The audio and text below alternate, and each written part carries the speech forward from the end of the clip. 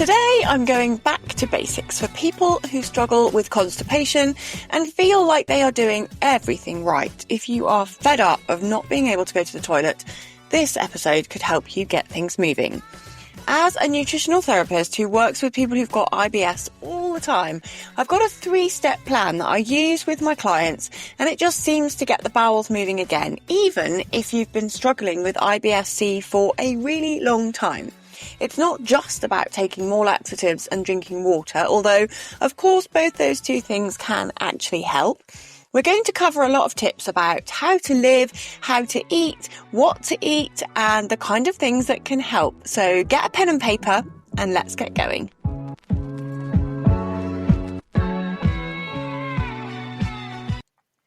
Hello and welcome to the Inside Knowledge podcast for people with IBS. I'm Anna Mapson. Today I'm going to be going through a series of tips for people who have constipation, and this could be relevant if you are someone who's had it for a long time, or maybe you've only just been diagnosed with IBS-C, or maybe you have functional constipation. Doesn't really matter. What matters is you're struggling to get a poo out, and it could be that you just don't go for a long time, or that you get very hard stools that are really difficult and painful to pass. The thing about constipation as well is that it really does lead to very significant bloating when you don't pass bowel movement. So unless you're getting stuff out, you've got a lot of stuff stuck inside you, and that can lead to bloating and pain, and the smooth muscles of the gut will really just struggle to contract to try and push the food along, and that can be very painful and sensitive.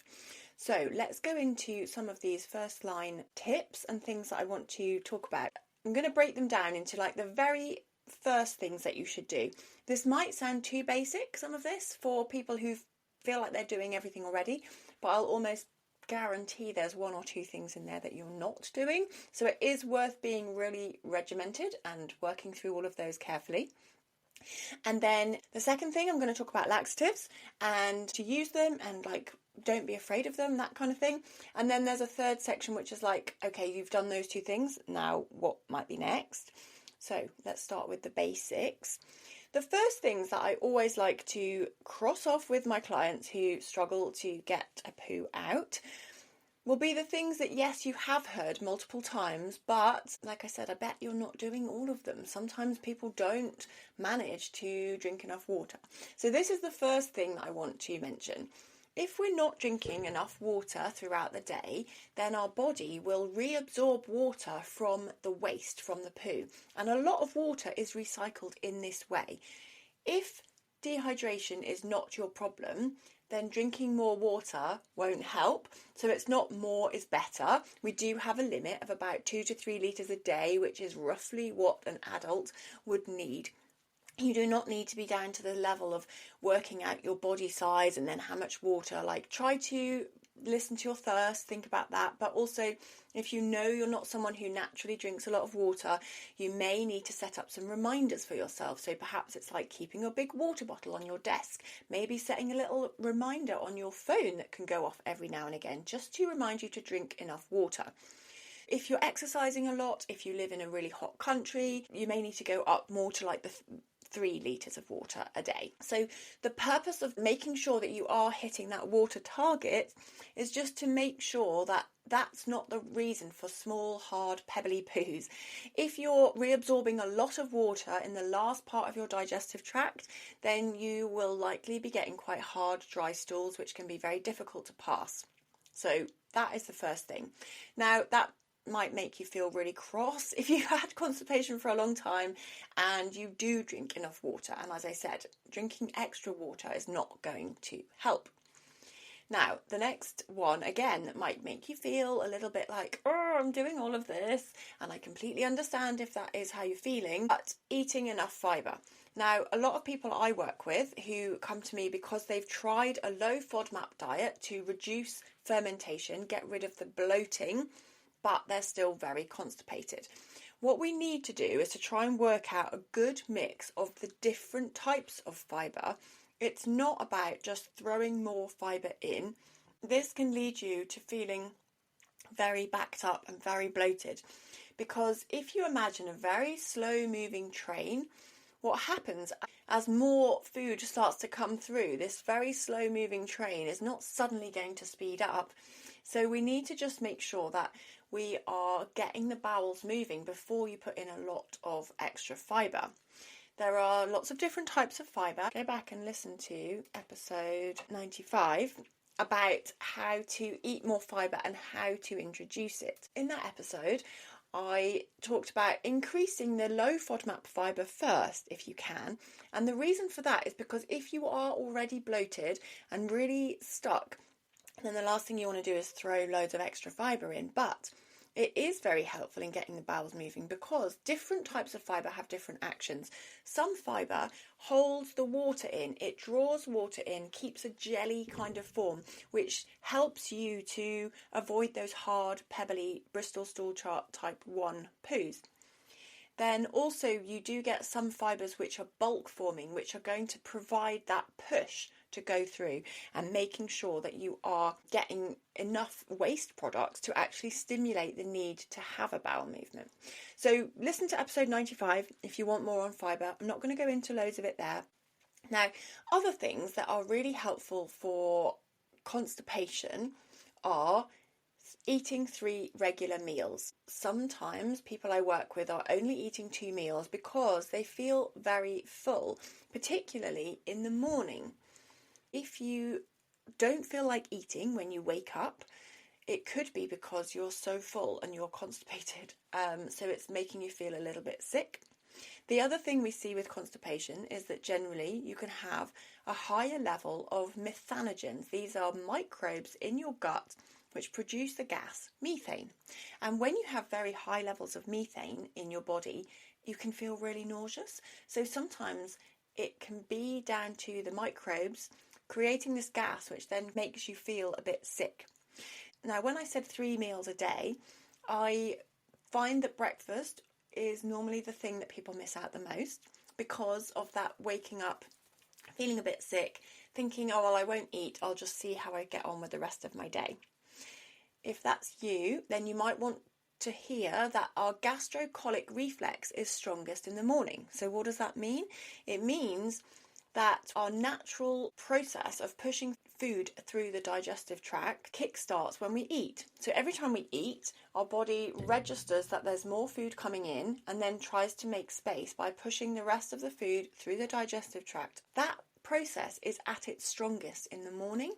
And this is particularly why having a good routine and eating at similar times of the day, going to bed at similar times of the day, that's really helpful when you're trying to re-establish a regular digestive pattern or a regular bowel movement.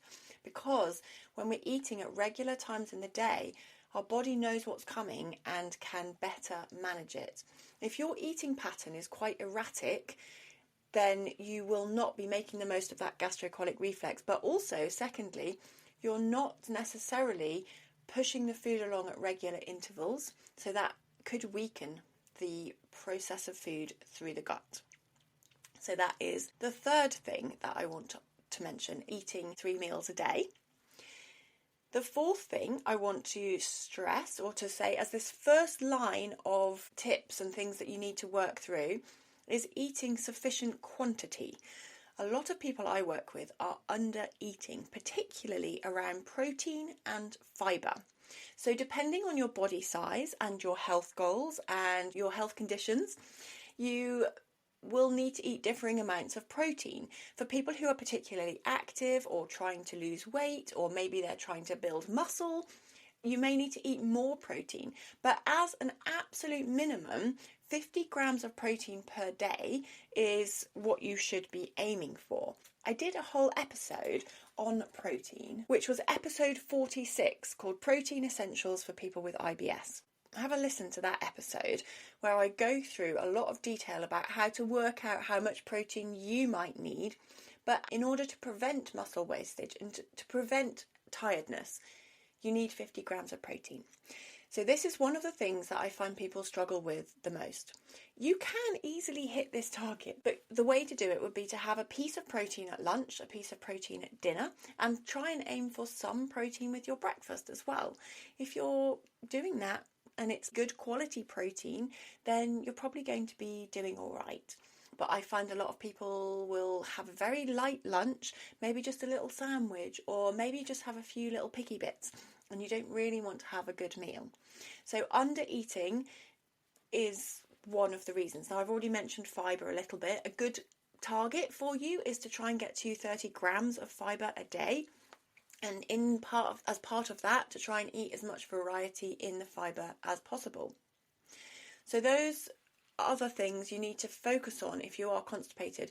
Under eating really slows down your digestion, and I can't stress that enough. If you're not eating enough food and you're not eating at regular intervals, you may be contributing to your constipation. Now, I know why it's happened that you have eaten less. I hear that a lot from my clients, but one of the ways to get around it is to increase your food quantity and increase your regularity of your meals. Okay, the last area is in my basic first line check is about doing some movement every day. So a 30-minute walk as a minimum, and trying to get out and move your body as much as possible. The good thing about this is it helps your body to move the things along the digestive tract. So anyone who's been for a little jog or run will know it's quite good for allowing some gas out. Now, you don't have to go running. Even walking can help you let the burps back up and let the farts back down. So it's a good way of getting the air out, which can ease your bloating. But also the jiggling around of your guts inside your torso can help to stimulate the need to go for a bowel movement.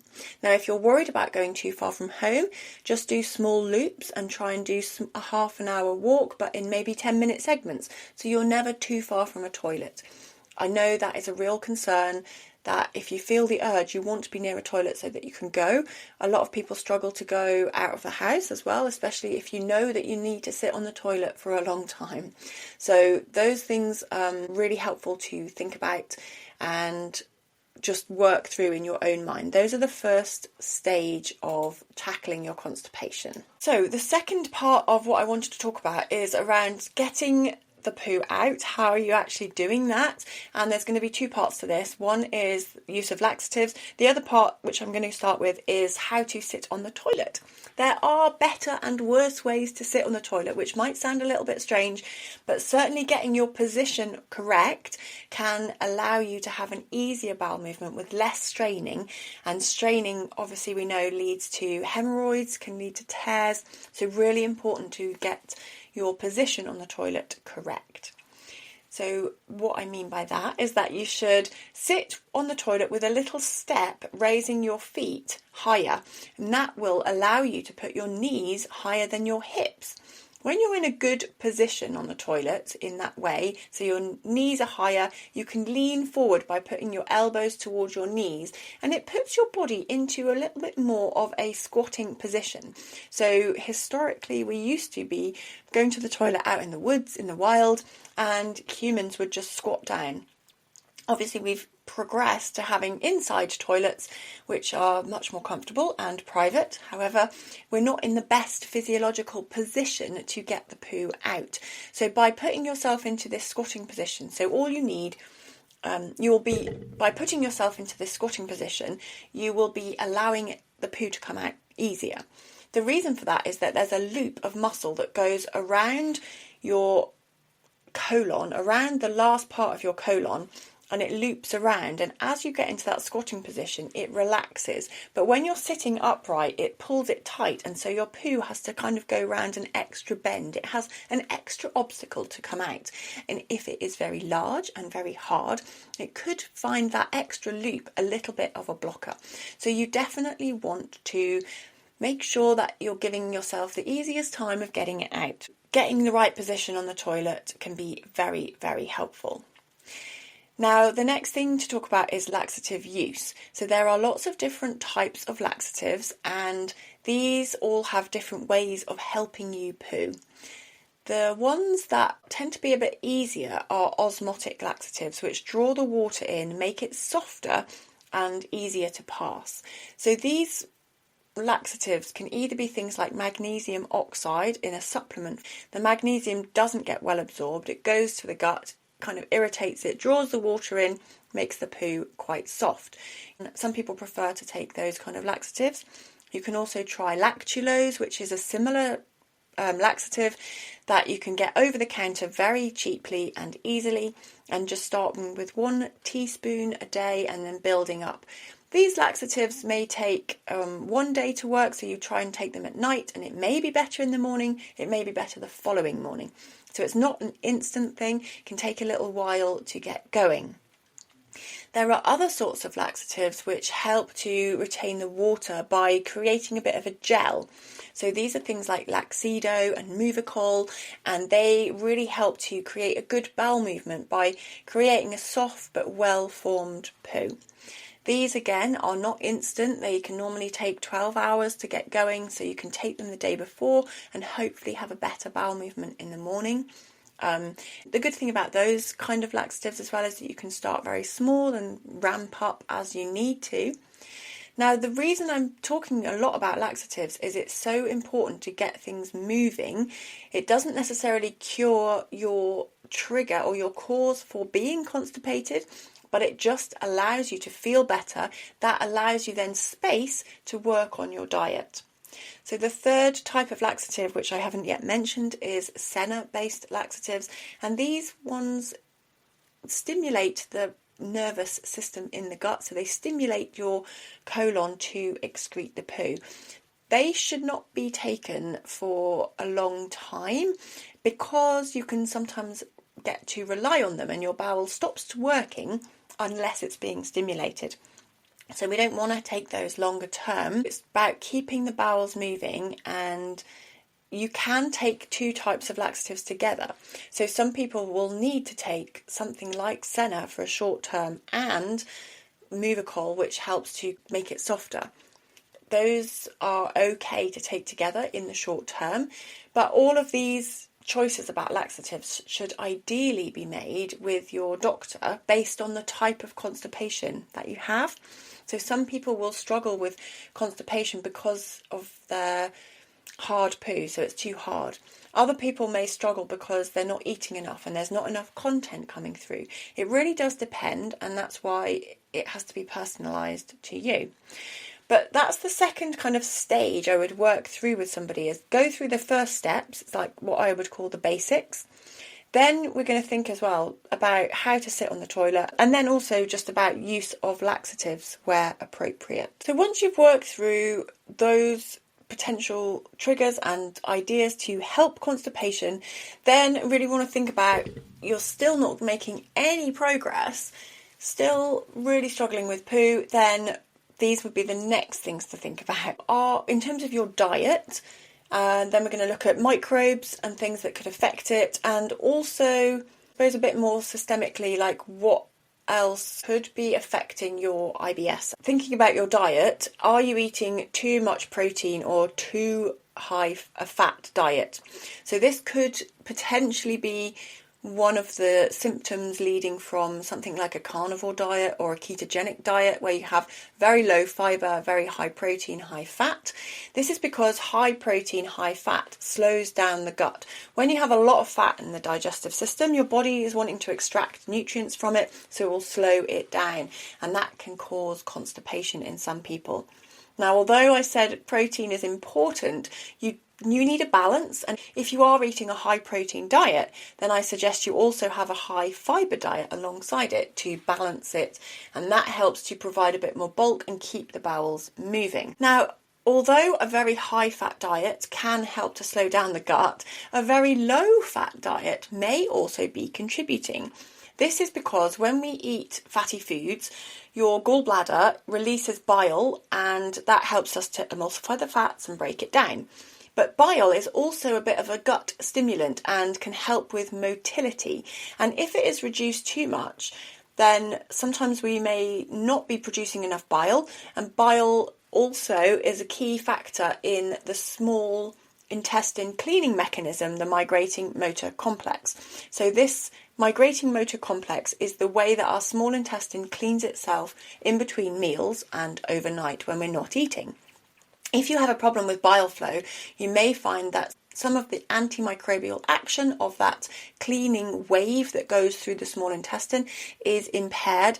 That can lead to a slight overgrowth of microbes, which can then be contributing to the slow transit time. So bile is important for your transit time. It's one of the things that I would consider. Are you eating some healthy fats? You don't want to eat too many, but you don't want to have none. Okay, so I just touched on microbes there. So methanogens in the small or large intestine can slow down constipation because the gas, it works on the nervous system of the muscles that are pushing the food through, and that can slow the gut down. So you may need to look at whether you have an methanogen overgrowth. So this can be tested in a breath test and is worth investigating. If you haven't listened to my episodes about SIBO and SIBO testing, then I suggest you do that, and you can find out a little bit more about a potential cause. So that would be like a third line of something to look at. Then the other thing I wanted to just mention was around stress, anxiety, just ongoing psychological distress. This is a potential contributing factor to people feeling constipated.